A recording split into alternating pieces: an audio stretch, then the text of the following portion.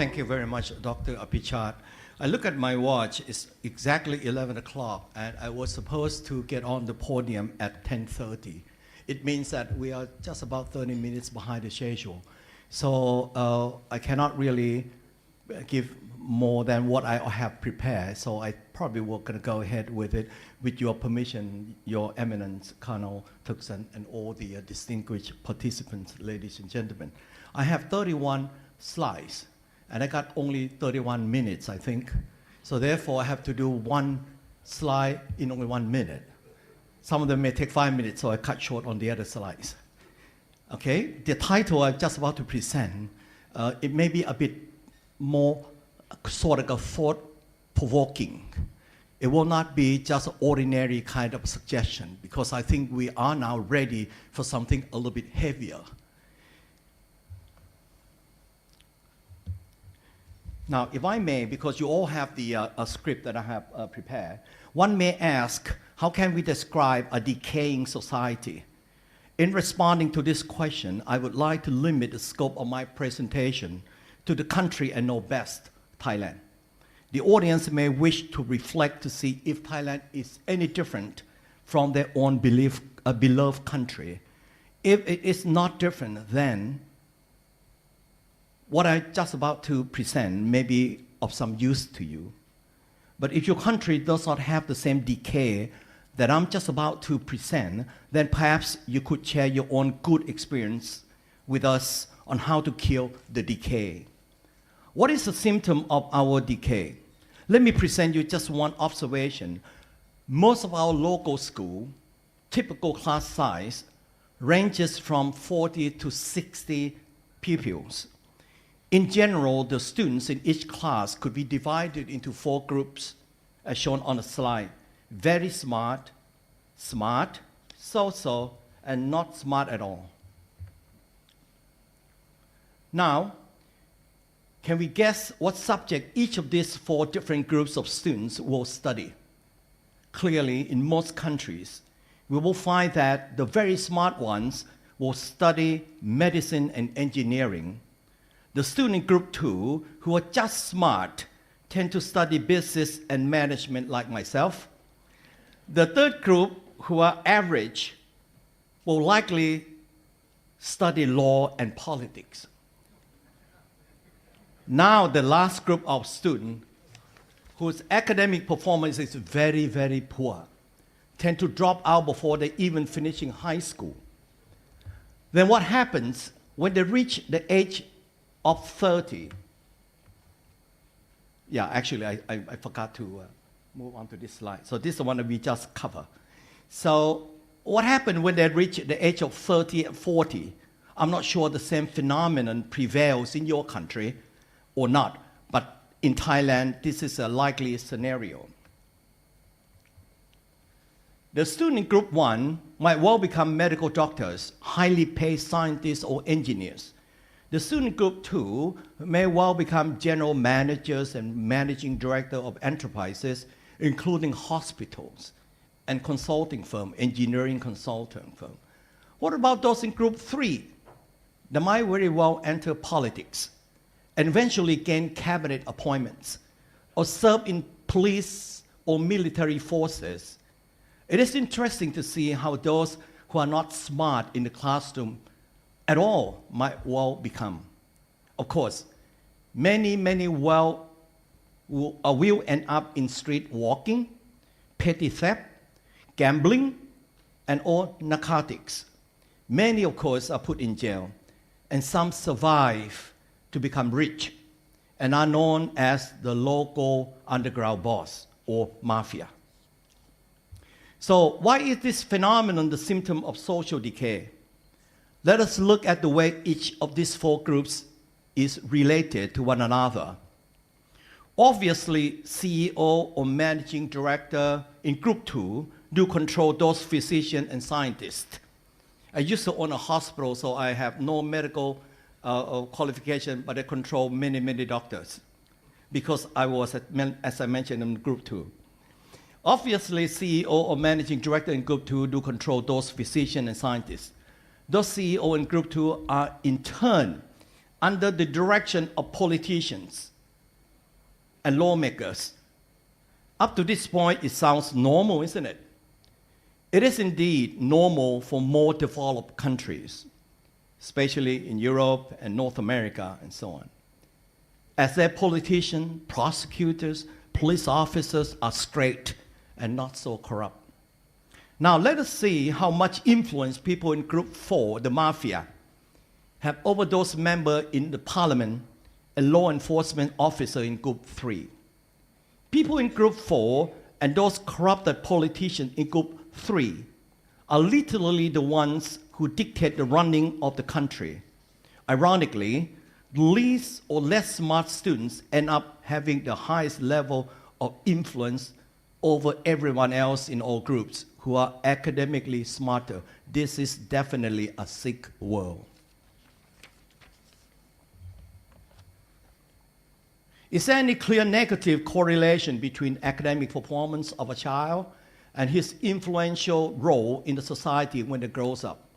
Although it is not true in all cases, Thailand has seen this negative correlation. That is, the one who did badly in class seemed to have more influence in the making of the society. In other words, the worse his academic performance, the more powerful role he will play in the society. Absurd, isn't it? This is definitely a sick world. Does this mean that in order for a Thai youngster not to be controlled by less smart people, he must not belong to Group 1 and 2? Where should they belong? This is, again, definitely a sick world. The observation simply explains to us that there are two big problems, which are the causes of social decay in Thailand and most developed, less developed countries in Asia and around the world for that matter. Problem one, the degree of corruption has been on the rise among the lawmakers and law enforcers in Group 3, many of whom are under the control of people in Group 4, or those in Group 4 found it more convenient to become the politicians themselves. To complete the picture, I could share with you two economic facts which have plunged the country to perhaps the title of the sick man of Asia. First, private debts rose to 85% of GDP, gross domestic product, as a result of various populist policies in the past. The growth of inefficient public sector and unjustified investment pushes the public debts to 47% of GDP. Please take a note that Greeks went bust when it hit 60% of GDP. We are getting close to that. Government spending has been widely known as the source of major corrupt transactions.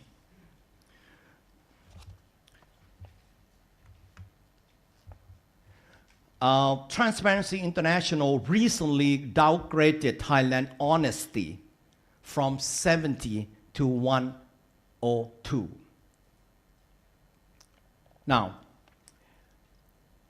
yeah, this is exactly what I should have shown to you earlier. So it's all here. It's also on your paper.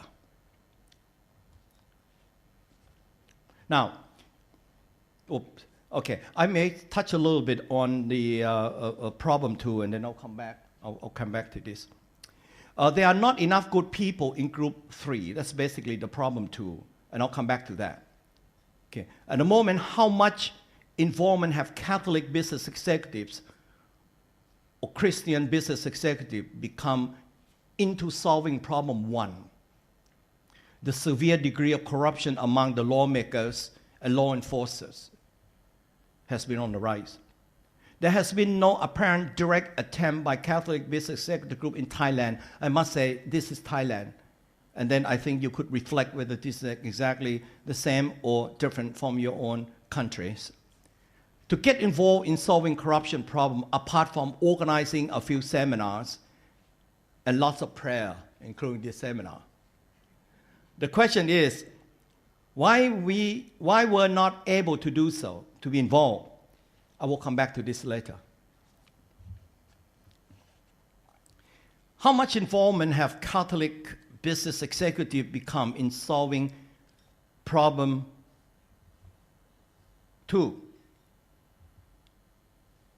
Here we go. Not enough good people among politicians and police officers, group 3. Not much involvement at all. Why not?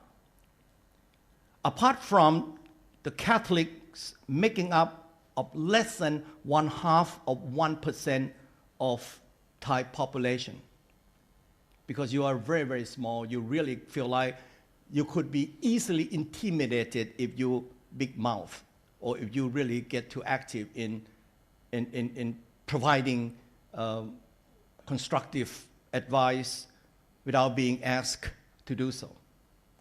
The politics in the country, I'm referring to Thailand, is very immature.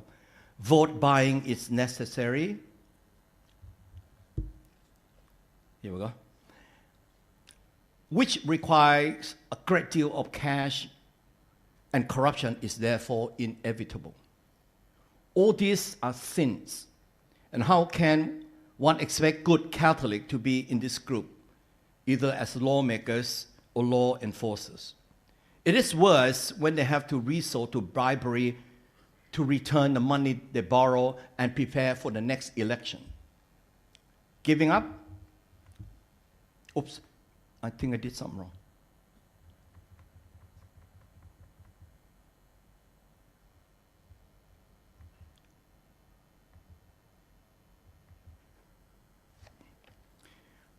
Giving up? Yes. It looked very much so until we had this interim constitution in July last year, which established the National Reform Committee to deal with the chronic corruption disease for good. At least they have good intention to do it for good. But there are still lots of hurdles. This disease, let me do it if here we go, sorry. This disease has plagued the country since the beginning of Thai-style democracy in 1935. It has worsened in the last decade. The timing of this rescheduled conference cannot be more perfect because we are in the middle of a mega reform which aims to uproot the cause of corruption, the disease that makes our world sick.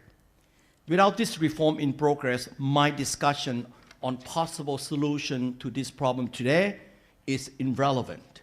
It will be just another academic discussion paper on the shelf. In this mega reform initiated by the third party, I call it third party because of Western friends would not like to hear military coup. So I played soft, call it third party intervention. Expected? Unexpected, sorry. The question and the answer is no. We all expected it. In fact, the situation was so bleak that such third-party intervention was called by millions of Thai on the street, if you remember. It was on CNN and BBC, as it appeared to be the only way to stop potential loss of life and property. Many friends overseas could not understand why the majority of Thai was so pleased with the third-party interference, that it were as if an act of God. As I described in my lecture at Cambridge University in October 2011, I said to those doctorate students from Oxford and Cambridge, I was invited because there was a poll saying that 98% or so of the young Thai say that corruption is okay as long as we benefit from it as well. So that's really terrible. So Cambridge University Education Department then changed the subject, asked me to talk about how education could effectively tackle the collective corruption. Because in Thailand, the corruption is so severe and so advanced, it's not a single individual corruption, it becomes collective corruption, meaning the giver, the taker, and the spectator, they all enjoy the corrupt transaction. So it's a very, very advanced form of corruption. During my lecture, I did compare military tanks and trucks in Thailand are no different from cleaning companies, brushing, and sweeping vehicles that come out after midnight to clean up the streets. This third-party intervention has made it possible to look back at the sickness from which Thailand has suffered and to describe proper doses of drugs to cure the sickness. This is why I mentioned earlier that the timing of this symposium is so crucial, because we will not have such a golden opportunity again, not again in a long time. Christian and Catholic leaders cannot lay back, but they must be as active as possible to ensure the cleaning process goes very deep down to the root of the sickness. The corruption, particularly at the top in our society, was damaging the morale of people at large. Young and old people were misled to accept the corruption is tolerable or unavoidable and is actually part of Thai society. And the businesses who went against corruption tended to lose on the deal or their market share. Thai people, regardless of religion, were hopeless and depressed before the military intervention. Now most of us can relax, feel secure, and to proceed to fully support this change. Not necessarily the coup, but the change, the upcoming. And Kun Virachai this morning chairing a very important economic subcommittee or economic reform committee.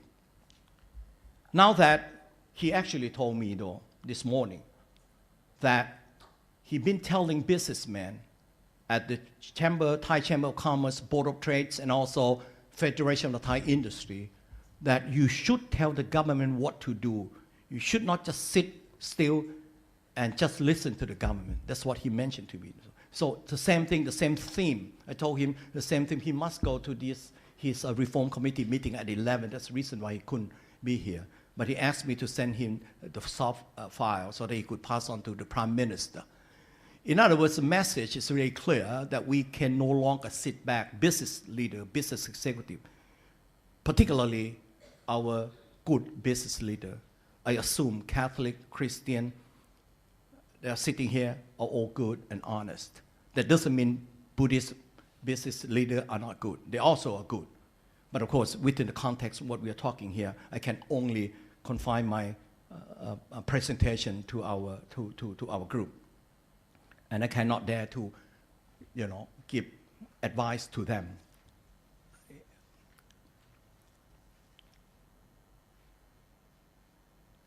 Okay, let me go back. The corruption, particularly at the top, I did mention that.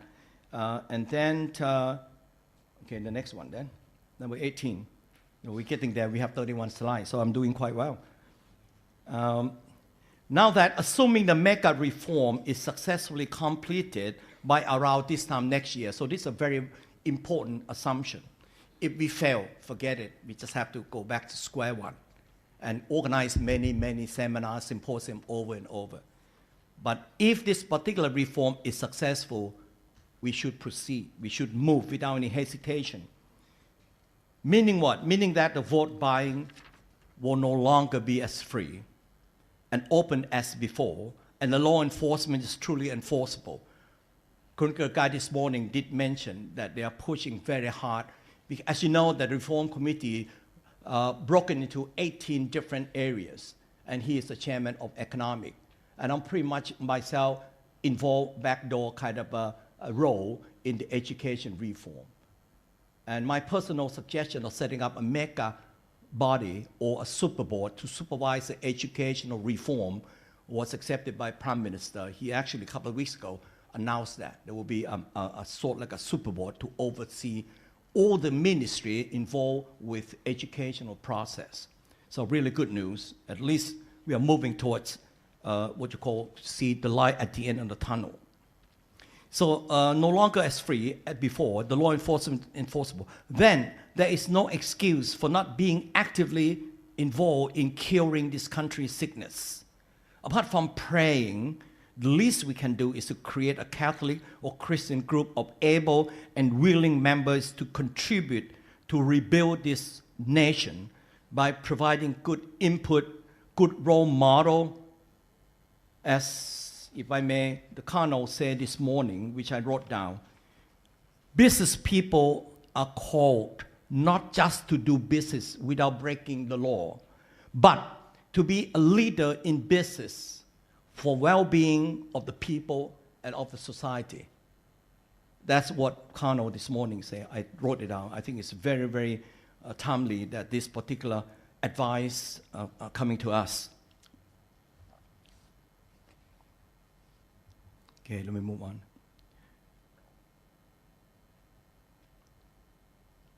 It has become clear that it is the duty of Catholics under the new evangelization movement to be openly active in being good role models to inspire others in the society. That's Colonel took about 45 minutes or so mentioning this particular duty and task.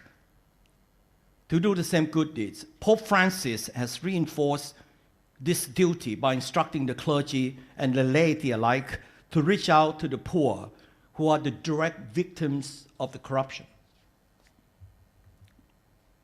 The following are the suggestions from a man who used to be in politics himself but had to give up due to the temptations and risks of being corrupt. Almost 20 years ago, I was one of the chief advisors to then the Prime Minister of Thailand. My typical day started with breakfast with the Prime Minister, who was then surrounded by politicians or party members whose interests were just their own interests. I saw just a few who was sincere in making the country clean and healthy. If I did not quit then, I would have become one of them in no time, as all the temptation to earn dirty money were just waiting for me at every corner I turned. Even just an advisor. If I weren't a minister, I would have likely fallen into the big hole. It was not possible for me or for anyone, at least with good intent, to swim against the dirty current and survive. But now, it is going to be different. After this reform with the new constitution, as mentioned earlier, again, Pope Francis openly and strongly instructs the clergy and laity to be proactive to reach out to those who need help, and Thai citizens at large need help. The clergy and the laity must respond to this call. The setting will be conducive after the reform is completed in about a year's time. There are 3 levels of involvement that the Catholic Business Executive in Thailand can do, and the Church could support. From level 1, something quite light, to level 3, something quite heavy, as follows. Level 1, pray hard, individually and collectively, for Thailand to recover from the sickness. Level 2, contribute your ideas or advice to create blueprints for Thailand to recover from the sickness. I'm talking about the moral value and things like that in the blueprints. Level 3, actually participate in implementing those blueprints for Thailand to recover from sickness. Now, level 1, pray. Group prayer is louder and more effective.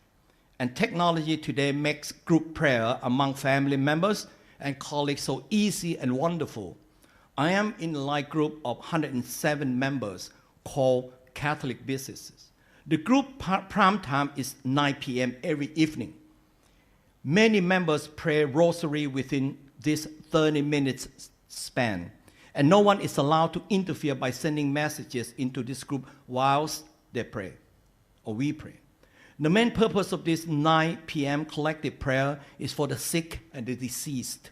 Of course, prayer for the betterment of Thailand and the world we live in general, could be included.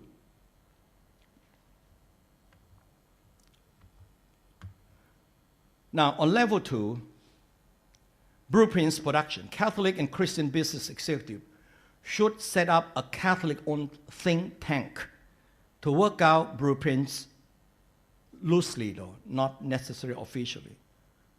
Gather on the dining table and work out some of the idea. Blueprints, which are the prescription drugs for the sick society. The Bishop Conference of the country should support unless they prefer to lead such brainstorming themselves every so often, unofficially, of course. The business executive group and the church may even want to encourage capable members to take active role in the private sector think tank or policy or planning committee within Chamber of Commerce industry to influence and inspire their thinking to generate good practice for the members and even as input to the government. Level 3, that's level 2 I just mentioned. Level 3, implementation of the blueprints. At the outset, I would like to make it clear that I am not going to recommend the church and formal Catholic association to formally engage in politics. No. At any level, no. But the Catholic Association, the business group, should actively identify qualified members and encourage them to run in political office as individuals and without any direct attachment to the church or formal Catholic association. We must tell them, we must inspire them. This is what the message we got from Pope Francis and New Evangelization. Conveniently, they can be urged to serve in a non-political appointment committee that would say those first steps, such as reform committee or subcommittee. Even nominated to be appointed senators, which is a non-partisan non-partisan appointments. TDRI, Thailand Development Research Institute, a non-profit think tank, is another type of institute that our Catholic elite could implant gospel in the policy planning process.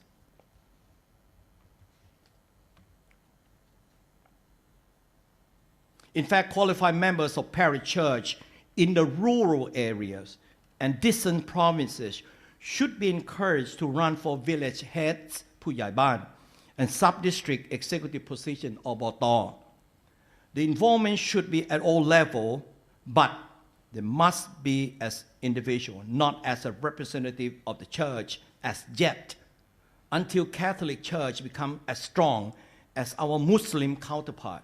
We only less than 0.5%. The Muslim now running around 5 to 7%. For your information, the Catholic in Thailand make up, I did mention, 0.5 or 1%. Let me go on. Yes. Okay. As I say here, but not representing the church, which must be seen to be refrained from politics.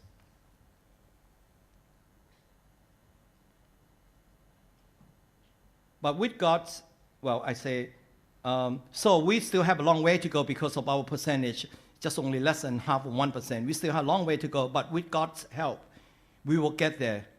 I don't know when, but because when I was very young, 30-some years ago, the number of Catholics is running about the same number we have today. But the population shot from 30 million to 66 million. So maybe get married to a non-Catholic, and at least you create one. And then you got 2 more children, you create 3.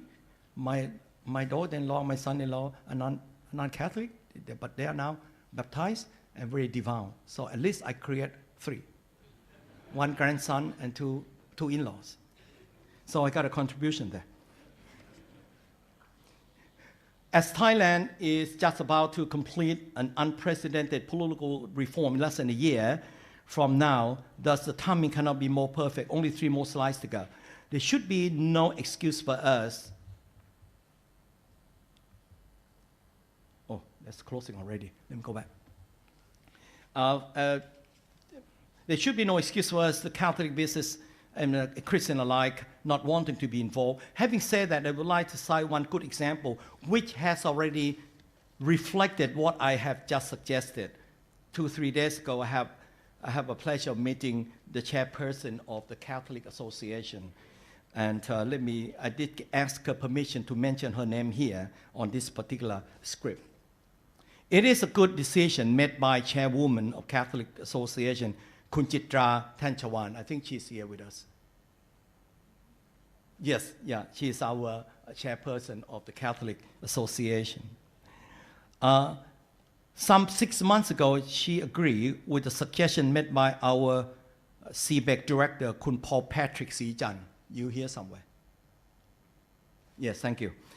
To nominate Kun Prakai Cholahan, the executive chair of our CBEC, Kun Prakai, I think he walks out with Kano. Okay.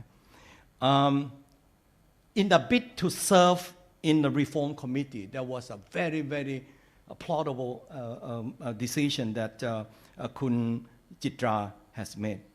This is right, because the Reform Committee is non-political. It's a non-partisan kind of committee. And whatever opportunity there, we must get involved, because we could then inspire those people sitting in the same committee with the new gospel, with the gospel of the Lord. This is a new evangelization in a very effective way. This good initiative to spread the gospel of the Lord must be carried on. In the past, the good excuse to lay back has been that politics is so dirty and the Christians should not get involved with dirty dealings. We, the business executive and the church, must be active in supporting this reform with continuing effort in keeping this corrective momentum going, particularly in lawmaking and law enforcing at all levels, village, sub-district, district, provincial, to the national government. This added new role could be in form of formal advisory, if you really don't want to get too deep, or executive capacity in committees in the government. Of course, as yourself, not as a representative of the church. This world is plagued by corrupt politicians. The new evangelization and the repeated call from the Holy Father for us to kill the sickness and not to retreat from the sickness must be obeyed. In closing, as all of us from 14 different countries are scheduled tomorrow to discuss how to set up a network of Christian business executives on a wider scale as regional or even global grouping, I would like to propose the discussion on how to influence the change for a healthier world be included as a standing agenda. Ambassador Anton. The deliberation could identify collective activities at both level 2 and level 3. Now, level 2 calls for the creation of blueprints of moral value on how to kill the world, and level 3 calls for implementation of such blueprints to kill the world. This is what I just said, sorry. Thank you for your kind attention. May God bless us to produce a very useful and timely Bangkok declaration at the end of this conference. God bless all of you. Thank you very much.